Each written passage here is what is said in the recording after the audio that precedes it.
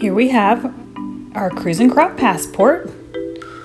In your kit, you'll find everything needed to make this, including extra embellishments.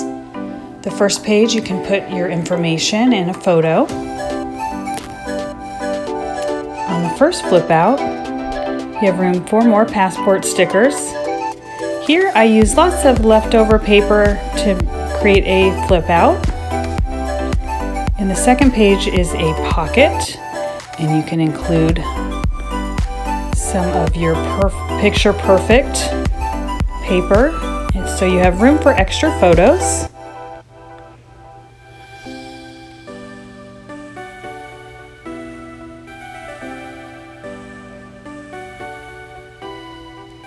This is your pocket page on the left. I use some washi tape and some passport stamps.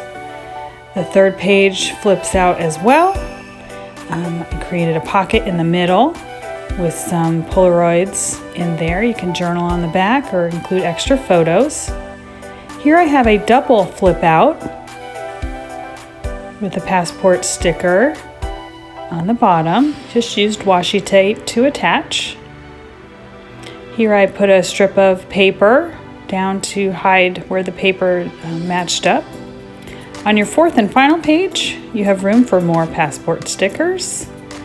And then I had some extra paper, so I included this extra flip out, little page in there. I just used some twine and then embellished it with some of the extra paper. And just used more paper strips to decorate. Here's where my twine comes out to the other side from the new page I added. And on the back page, again, just used some leftover embellishments, cut out some airplanes, and included my anchor. Hope you enjoy making your Cruisin' Crop passport. Don't forget to add your Velcro. And finally, here is an example of how we decorated the outside.